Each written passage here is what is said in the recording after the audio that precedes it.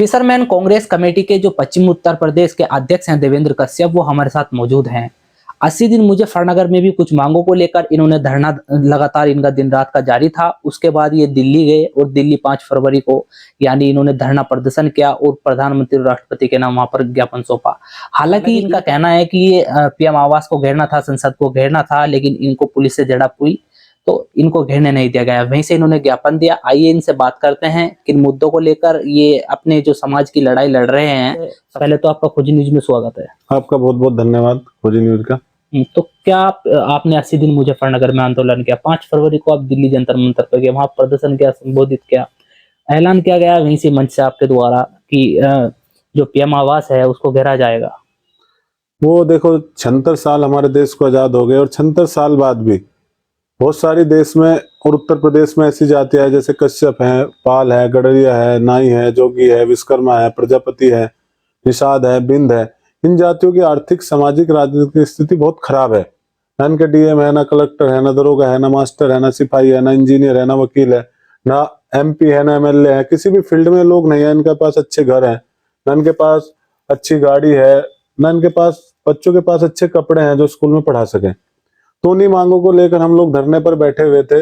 80 दिन हमने लगभग मुजफ्फरनगर में धरना चलाया और इसमें हमने पहली मांग रखी थी कि देश में जातिगत जनगणना होनी चाहिए, क्योंकि अभी तक ये नहीं पता लगा 1931 के बाद, देश की आजादी के बाद, कि कौन बिरादरी कितनी है।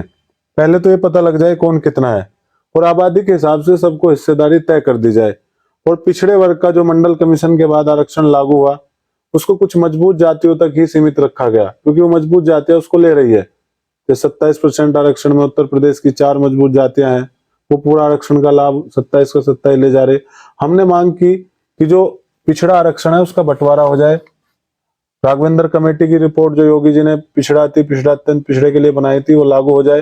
रोहिणी कमीशन जो मोदी जी ने बनाया था वो लागू हो जाए। और बहुत सारे मुद्दे हैं आपके, तो इन मुद्दों का 80 दिन मुजफ्फरनगर में धरना दिया, लेकिन 5 फरवरी को आप कितनी बसें लेकर गए और क्या माहौल था वहां पर? दिल्ली हम लोग इसलिए गए क्योंकि देश की संसद उस समय चल रही थी, बजट सत्र चल रहा था। और जब यहाँ नहीं सुना गया तो प्रधानमंत्री जी और जो देश की संसद है उसको घेरने का हमने प्लान किया, क्योंकि हमारी बात ये नहीं सुन रहे थे। और हम लोग पश्चिम उत्तर प्रदेश का, पूरे उत्तर प्रदेश से लोग आए और मुजफ्फरनगर से 35 बसें यहाँ से गई, अलग अलग क्षेत्रों से, अलग अलग गाँव से। और पूरे यूपी, सहारनपुर, बागपत, मुजफ्फरनगर, बिजनौर, सहारनपुर, मेरठ, गाजियाबाद, नोएडा, बरेली, यानी उत्तर प्रदेश, पूर्वांचल के गोरखपुर, इलाहाबाद, बनारस, हर जिले से लोग वहां पर पहुंचे। और कम से कम 10,000 15,000 की संख्या में लोग वहां जंतर मंतर पर इकट्ठा हुए और अपनी इन्हीं मांगों को प्रधानमंत्री तक, संसद तक पहुंचाने के लिए हम लोग वहां इकट्ठा हुए। तो क्या संसद तक आप पहुंचे या प्रधानमंत्री जो आवास है वहां तक पहुंचे? नहीं, हम लोग घेरने जा रहे थे महिलाओं के साथ, बुजुर्ग थे, लेकिन पुलिस ने बैरिकेडिंग लगा के हम लोगों को रोका। हमने बैरिकेडिंग तोड़ी तो पुलिस ने बल प्रयोग किया, क्योंकि ये तानाशाही सरकार है। योगी जी और मोदी जी जब डरते हैं तो पुलिस को आगे करते हैं। उन्होंने पुलिस को आगे करके हम लोगों को रोक लिया गया। तो हमने फिर प्लान बनाया कि भाई ये ऐसे नहीं जाने दे रहे हैं, तो वोट हमारे पास है, सबसे ज्यादा वोट अति पिछड़ों का है, तो भी संसद भवन में ऐसे नहीं जाने दे रहे हैं, तो हम वोट के माध्यम से जीत के आएंगे और इस संसद में यही पुलिस वाले हम लोगों को लेके जाएंगे और हम इस समाज के लिए कानून बनाएंगे जिससे समाज को भी इनके अधिकार मिले। तो लोकसभा चुनाव में आपने कहा कि ये वोट के माध्यम से हम इसको जवाब देंगे, तो अगर मैं लोकसभा चुनाव की बात करूं तो लोकसभा चुनाव में कितना असर देखने को मिलेगा कि अति पिछड़ा वर्ग की आप राजनीति करते हैं, तो अति पिछड़ा वर्ग को कांग्रेस की तरफ कितना ले जाएंगे? देखो, अति पिछड़ा वर्ग अभी से, जैसा आप मोबाइल में देखते हो, मोबाइल में एक व्हाट्सएप होता है, जब व्हाट्सएप पे मैसेज भेजते हैं तो अगर सिंगल लाइन आती है, क्लिक आता है, तो इसका मतलब वो मैसेज चला तो गया लेकिन किसी ने देखा नहीं। डबल क्लिक ब्लू होते यानी वो नीला होते लगता है देख लिया, और जिसको नहीं देखा उसको अनसीन बोलते हैं, जिसको देख लिया वो सीन होता है। एक ओवर सीन होता है, जो बड़ी कास्ती है ये ओवर सीन है, कम संख्या में होके भी ये दिखाई देती है बहुत ज्यादा। एक जो पिछड़े वर्ग में मजबूत जाते हैं वो दिखाई दे रही है, लेकिन जो अनसीन समाज था, अति पिछड़ा, कश्यप है, पाल है, नाई है, जोगी है, गडरिया है, कुम्हार है, ये अनसीन थी। लेकिन धीरे धीरे हम लोग इनको जगा रहे हैं कि आपकी आबादी इतनी है, आपकी ओर से जीत के जा रहे हैं, अपने लोगों के लिए कानून बना रहे हैं। तो हम लोगों ने इनको जगाया है और ये अपने अधिकारों के लिए जागकर, जैसे हर कौम के पास नेता है, दलितों के पास मायावती है, और जाट समाज के पास जैन चौधरी है, और यादव के पास अखिलेश यादव है। ऐसे हर कम्युनिटी के पास नेता है। तो हमने भी कहा कि अति पिछड़ों के पास एक नेता होना चाहिए। और हम इनके बीच 10 साल से काम कर रहे हैं, पूरे पश्चिम उत्तर प्रदेश, पूरे उत्तर प्रदेश में। अति पिछड़ों ने भी कहा है कि हमारा नेता देवेंद्र कश्यप है, हम जैसे देवेंद्र कश्यप जी कहेंगे हम उस हिसाब से पोलिंग करेंगे और उनके साथ रहेंगे। अगर कांग्रेस हिस्सेदारी नहीं देती है तो नहीं, किस देवेंद्र कश्यप किस ओर रुख करेंगे? नहीं, हिस्सेदारी की बात तो है ही नहीं। राहुल गांधी जी तो खुल के कह रहे हैं ना, राहुल गांधी जी न्याय यात्रा निकालना, हिस्सेदारी तो देगी कांग्रेस। हिस्सेदारी के लिए राहुल गांधी ने स्पेशल कहा है कि देश में जातिगत जनगणना होनी चाहिए। राहुल गांधी जी ने कहा है कि जिसकी जितनी संख्या उसको उतना हिस्सा मिलना चाहिए। तो कांग्रेस तो हिस्सेदारी देगी। भारत जोड़ो यात्रा कांग्रेस के द्वारा निकाली गई, उत्तर देश भर में वो घूमी, लेकिन अब भारत जोड़ो न्याय यात्रा निकाल रही है। इसमें क्या डिफरेंट है? क्या लोगों को संदेश देना चाहती है कांग्रेस? न्याय यात्रा का मतलब है जैसे सामाजिक न्याय, आर्थिक न्याय, और जो आज चीजें हर चीज में जैसे गरीब पे महंगाई की मार है, सामाजिक न्याय का मतलब दलितों पे, पिछड़ों पे अत्याचार हो रहा है, उनको न्याय दिलाने के लिए, उस न्याय की लड़ाई लड़ने के लिए राहुल जी सड़क पर निकले हैं। और भारत जोड़ो न्याय यात्रा इसका नाम इसीलिए रखा गया है, वो हर तरह के न्याय के लिए यात्रा है। और सड़कों पर जाकर लोगों से मिल रहे हैं, उनकी समस्याओं को सुन रहे हैं, उसको उठा रहे हैं, और सरकार तक ये बात पहुंच रही है। और कांग्रेस पार्टी और हमारे नेता राहुल गांधी इसको लेकर गंभीरता से काम कर रहे हैं। कांग्रेस पार्टी के वरिष्ठ अधिकारी, आप इंडिया गठबंधन बनाया गया है, बहुत सारे दल यूपी से भी लिए गए हैं, मतलब समाजवादी पार्टी को लिया गया है। हालांकि जो आपके दल में थे जैन चौधरी, वो एनडीए में शामिल हो गए हैं। तो क्या देखते हैं कितनी मजबूती आप इंडिया गठबंधन को देंगे पश्चिमी यूपी में? नहीं, इंडिया गठबंधन तो मजबूत है। दूसरी बात है कि कुछ लोग तो देखो, कोई इधर जाएगा, चुनाव है, कोई उधर आवेगा, जिसको कोई निजी फायदा हो गया, किस पे कोई मजबूरी होगी, वो आ रहा है जा रहा है, उससे कोई फर्क पड़ने वाला नहीं है। जो लोग त्रस्त हैं वो त्रस्त लोग सपोर्ट करेंगे। क्या जैन चौधरी जी पे कोई मजबूरी थी? वो बता सकते हैं, जैन चौधरी राष्ट्रीय लोकदल बता सकती है।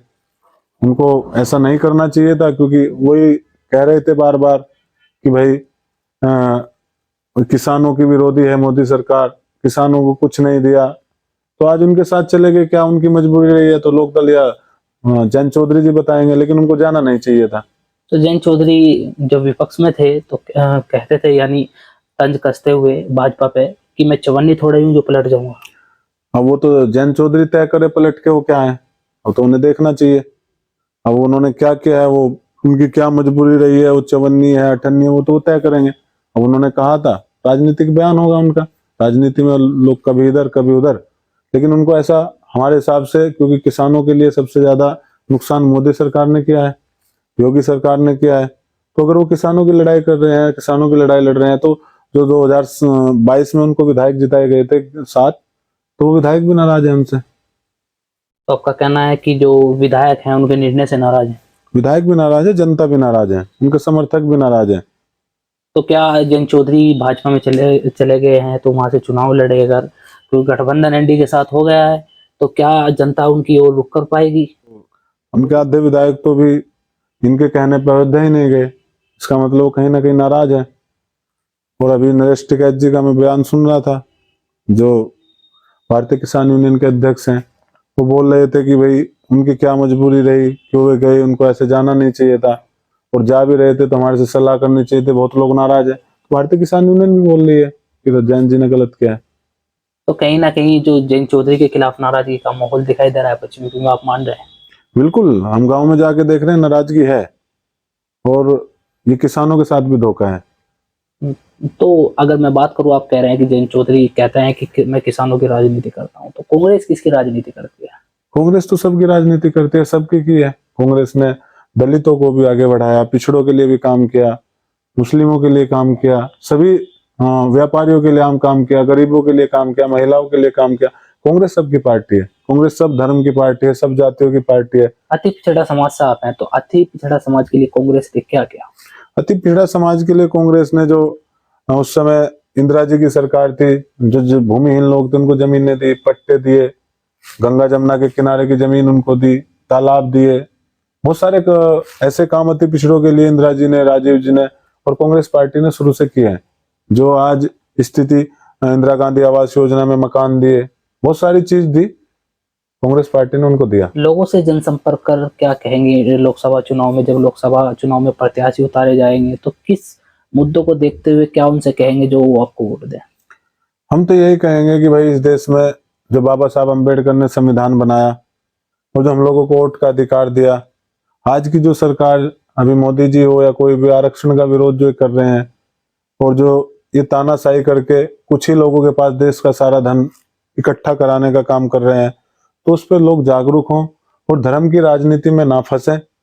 ये धर्म के नाम पर हम लोगों को लड़ाते हैं, धर्म के नाम पर हम लोगों को बहलाते हैं, तो ये धर्म के चक्कर में ना आवे और देश में एक सही नेता का चुनाव करके, एक सही सिस्टम का चुनाव करके सही आदमी को वोट करें। और कांग्रेस पार्टी और राहुल गांधी इस समय अति पिछड़ों की, दलितों की, आदिवासियों की, महिलाओं की, अगड़ों की, पिछड़ों की, सबकी लड़ाई लड़ रहे हैं। तो राहुल गांधी जैसे नेता को आगे लाएं। राहुल गांधी इस देश का बहुत कुछ दे सकते हैं और आगे बढ़ा सकते हैं। लोगों का कहना है कि जो भाजपा है वो राम को लाई है। उत्तर प्रदेश में प्राण प्रतिष्ठा समारोह हुआ, मुख्य अतिथि के रूप में नरेंद्र मोदी आए। नहीं, राम को भाजपा कहाँ लाएगी? राम तो सबको लाए हैं। भगवान को कौन ला सकता है? अगर ये इनको इस चीज का भ्रम है कि ये राम को लाए हैं, तो बहुत बड़ा गलत भ्रम है। भगवान को कोई नहीं ला सकता, भगवान ही सबको लाए हैं। और जिन राम की इन्होंने प्राण प्रतिष्ठा की है, जो भगवान है, उनको पार उतारने वाले तो हम ही थे। उनको अपने राज्य में शरण देने वाले जब दशरथ जी ने इनको वनवास दिया राम भगवान को, और ये अयोध्या से गए वन में, तो निषाद राज ने सबसे पहले इनको अपने राज्य में रखा, जो हमारे वंश से थे। फिर जब इनको नदी पार करनी थी, केवट जी ने इनको नदी पार कराया, सबरी ने इनको बेर खिलाया, आदिवासी दलित पिछड़ों ने इनकी मदद की, और आज उन्हीं का ये शोषण कर रहे हैं, उन्हीं जातियों का। हम तो तब मानते हैं प्रधानमंत्री जी प्राण प्रतिष्ठा, आज हमारे देश की राष्ट्रपति महामहिम आदिवासी हैं, तो उनको प्राण प्रतिष्ठा करानी थी, वो एक सम्मान होता। और जो जिन्होंने पार उतारा था, केवट वंशज थे, उनके अधिकार अगर दे दिए होते, आज उनकी स्थिति खराब है, तो तब जाकर असली प्राण प्रतिष्ठा होती। प्राण प्रतिष्ठा अधूरी है जब तक केवट और निषाद राज के वंशज दुखी हैं। उत्तर प्रदेश देश का सबसे बड़ा राज्य है। यहाँ पर 80 लोकसभा सीटें हैं। 80 लोकसभा सीटों में से इंडिया गठबंधन कितनी लोकसभा सीटों पे चुनाव जीतने? इंडिया गठबंधन 80 सीटों पर मजबूती से लड़ेगा और मजबूती से फाइट करेगा, और कोशिश हमारी रहेगी कि ज्यादा से ज्यादा सीटें उत्तर प्रदेश में जीती जाए, और जो भारतीय जनता पार्टी नफरत की राजनीति करती है, इसको खत्म किया जाए। और उत्तर प्रदेश ही देश की राजनीति की दशा दिशा तय करता है, यहीं से दिल्ली का रास्ता जाता है, तो यहीं से इस भारतीय जनता पार्टी का रास्ता बंद किया जाएगा और इंडिया गठबंधन मजबूती से चुनाव लड़के ज्यादातर सीटों पर चुनाव जीतेगा। पश्चिम यूपी के आप फिशरमैन कांग्रेस कमेटी के अध्यक्ष हैं, तो क्या मानते हैं पश्चिम यूपी में कितनी लोकसभा सीटों में से कांग्रेस इंडिया गठबंधन के पाले में? ज्यादातर सीटें, सहारनपुर हो, मुजफ्फरनगर हो, कैराना हो, बिजनौर हो, मुरादाबाद हो, अमरोहा हो, संभल हो, मेरठ हो, ज्यादातर सीटें इंडिया गठबंधन जीतेगा। लेकिन बागपत, कैराना, आपने और भी कई सीटें हैं जिस पर रालोद एक अच्छी खासी पकड़ रखती है। रालोद से लोग नाराज हो रहे हैं ना, जो उनकी बात थी वो उससे मुकर गए। किसानों के लिए सबसे ज्यादा एमएसपी कानून बनाने के लिए मोदी जी ने कहा था। आज आप देख लो किसानों की क्या हालत कर रखी है। अगर किसान हितैषी मोदी सरकार होती तो आज किसान सड़कों पे ना होता, उन पर आंसू गैस फेंके जा रहे हैं। उनके लिए पूरी सड़कें सील कर दी गई है। उस देश के तो रहने वाले हैं, तो किसानों की अगर ये स्थिति है तो किसान जवाब देगा, उसमें चाहे जयंत चौधरी हो चाहे भारतीय जनता पार्टी हो, सबको जवाब मिलेगा। ठीक है, ये थे हमारे साथ कांग्रेस फिशरमैन कमेटी के जो पश्चिम अध्यक्ष हैं देवेंद्र कश्यप जी। हमने इनसे लोकसभा चुनाव को लेकर भी और ये अति पिछड़ा वर्ग की जो राजनीति करता है उसको लेकर हमने बहुत सारे सवाल किए और इनसे जवाब जाने। देखते रहिए खोज न्यूज और मैं आपके साथ हूं फिर।